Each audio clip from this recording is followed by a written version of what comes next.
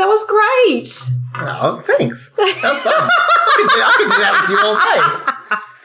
Oh, it's so funny.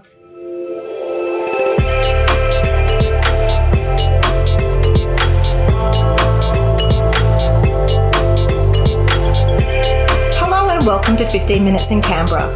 I'm Hayley Channer and I'm the Senior Policy Fellow at the Perth US Asia Centre.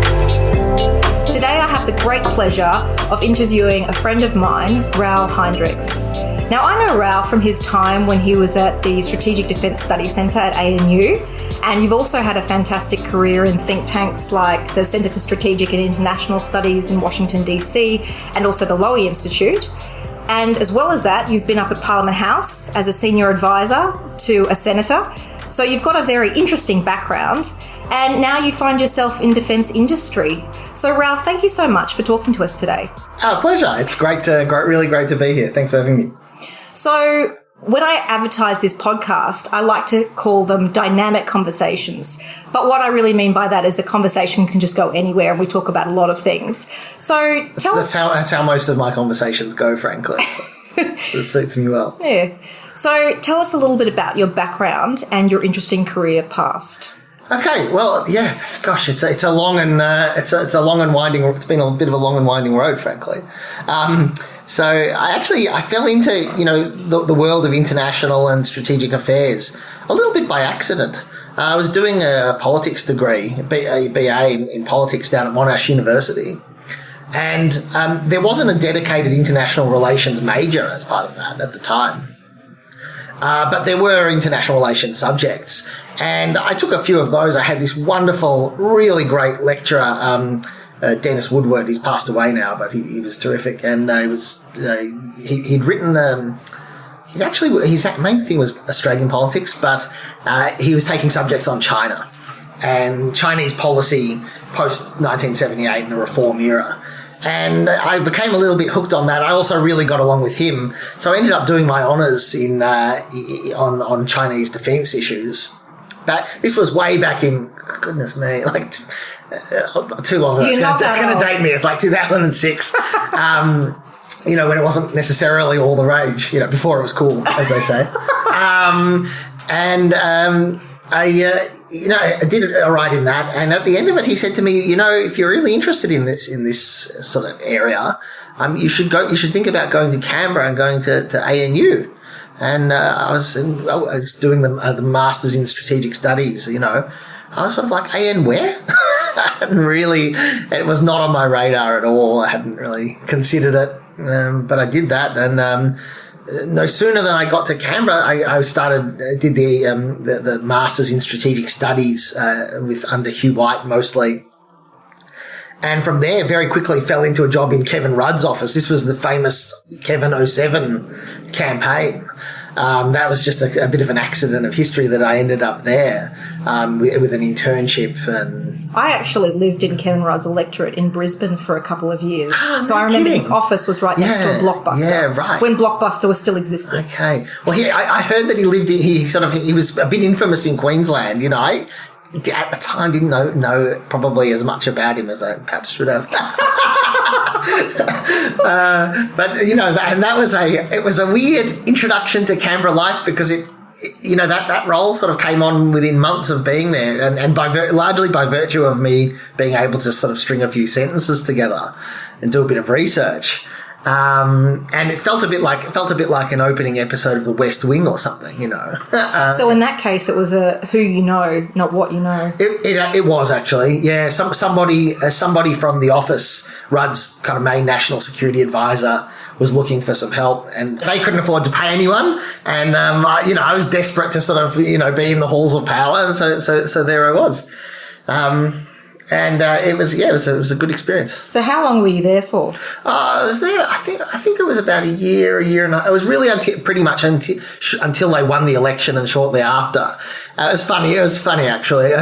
I'd assumed, having become a little bit more involved in the campaign, that I was going to be able to parlay this little role into some great job in defence and national security in the Prime Minister's office when he eventually won. And I remember the week after he did win the election, 2007.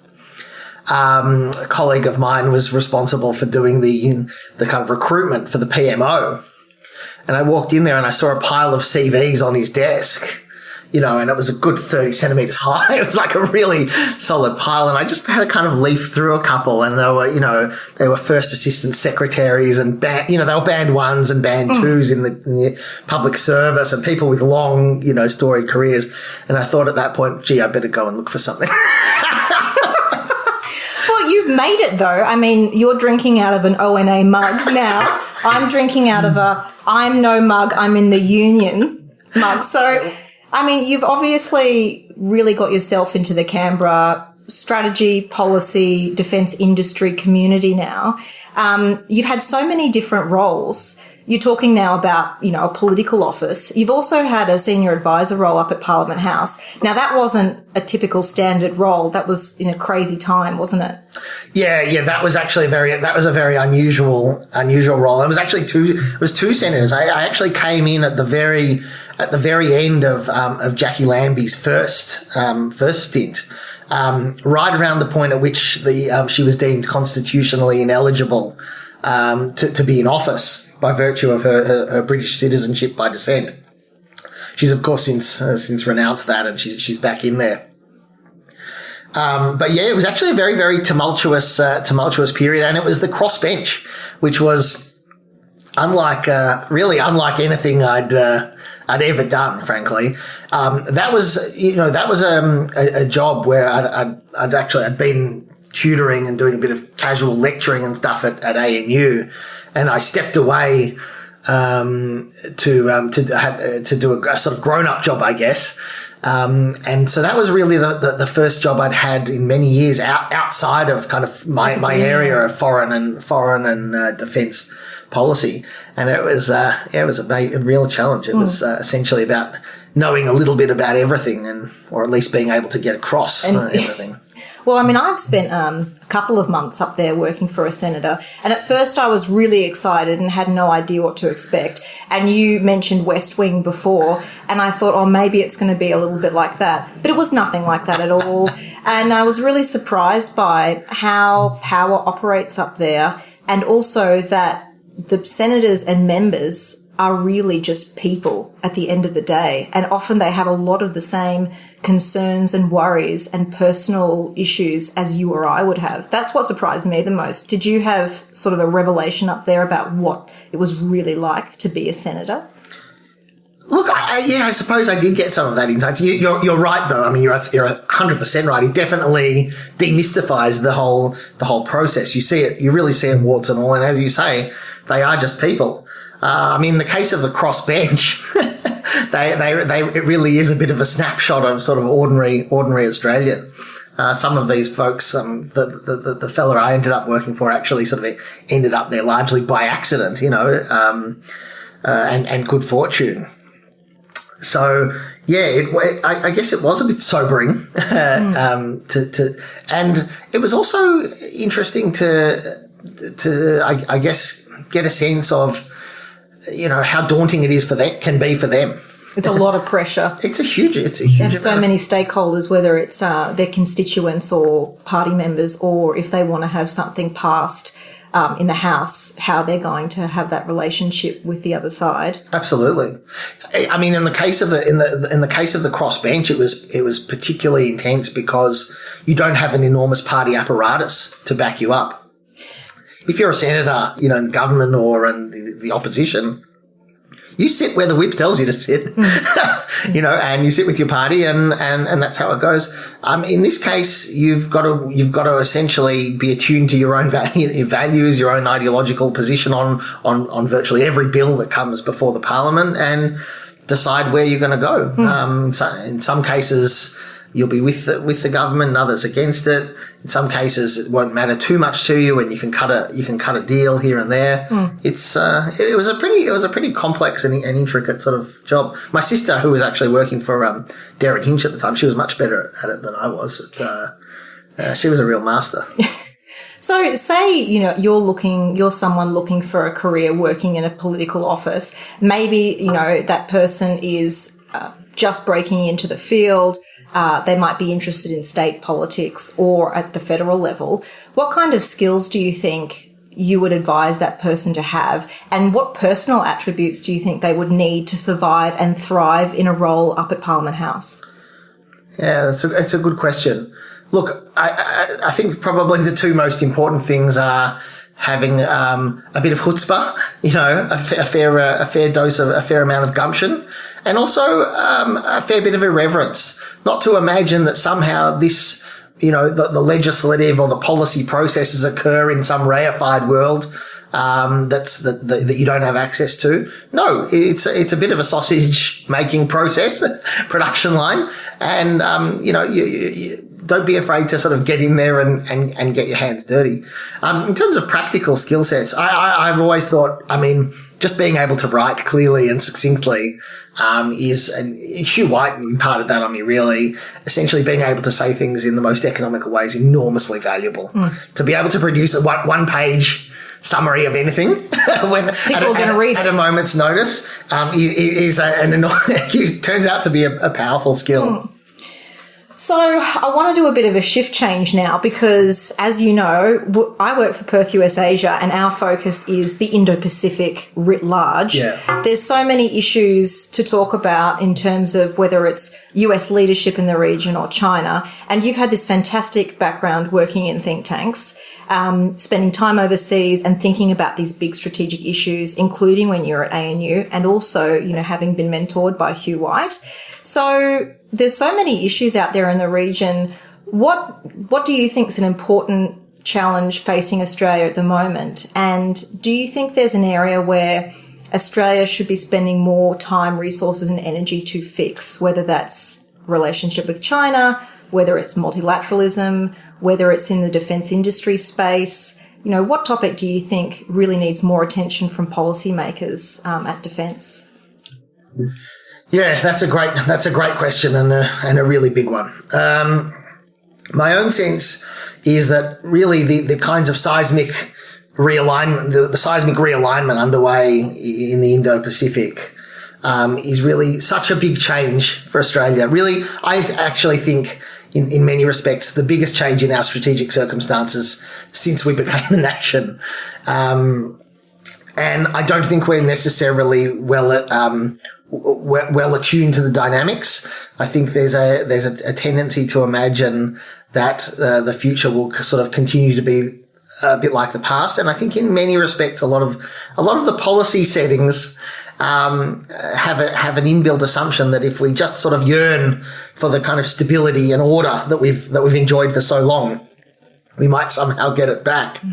And that's not going to happen. I think this new era, really one defined by a very intense geopolitical competition, obviously defined largely by the presence and ubiquity of Chinese power, is going to test Australia's capacity for pragmatism like we've never had before. That's going to be a very, very difficult thing for Australian policymakers to adapt to. And frankly, I'm not optimistic about our prospects in this generation of leadership to do that. I think what's likely to happen is we're pretty likely to be drawn in to an ever-escalating strategic competition with some very serious dangers for Australia in the next decade or two. Yeah. So, Raoul, I like to end these chats with interesting, weird, wonderful stories of people and what's happened to them in their lives, because half the time it's so interesting just hearing something weird that's happened to someone in the course of their life. So have you got a story like that? Well, I've probably got a few of them, but the one that does come to mind, it was back in, was it 2008 or 9? I was on a little kind of research fellowship in Washington, DC, at a think tank there called CSIS, the Centre for Strategic and International Studies. And at the time, it's moved since. It's now got a lovely building on Scott Circle, right near the Australian Embassy. But at the time, was on K Street, which is famous for all the K Street lobbyists. It was 1800 K, and interestingly enough, Kissinger and Associates. Kissinger had something to do with CSIS. This is Henry Kissinger, the only Kissinger that I know. Right. That's exactly right. Yeah, Henry Kissinger and Associates. a notoriously sort of secretive, Washington insider kind of consulting firm had a big office there on the top level of this building. And they must have been doing some work up there or something for whatever reason. Evidently, it was off limits to them or something. Anyway, one day I just had to use the bathroom on my floor at CSIS, and I noticed there was this rather big guy, in his underwear, sort of his singlet and his jocks. In the bathroom. In the bathroom. Just standing in his underwear. Yeah. And an older sort of fella, and I went to wash my hands and I looked in the mirror, and lo and behold, it was Henry Kissinger getting changed into a tuxedo, evidently heading out to a dinner party. And I thought, well, here I am, and in Washington DC, the things that happen to us. In a bathroom with a half-naked Henry Kissinger. Literal half-naked, right. Not, in the sense of any other. Yeah. Well, Raoul, thank you so much for giving us your insights and the really interesting career pathway you've had in Canberra. I know there are a lot of people that would really benefit from your insights in terms of your experience up at Parliament House, and also just hearing about the strategic dynamics in the Indo-Pacific, which are changing and becoming more complex. So thank you very much. Well, thanks very much for having me. It's a real pleasure to speak with you.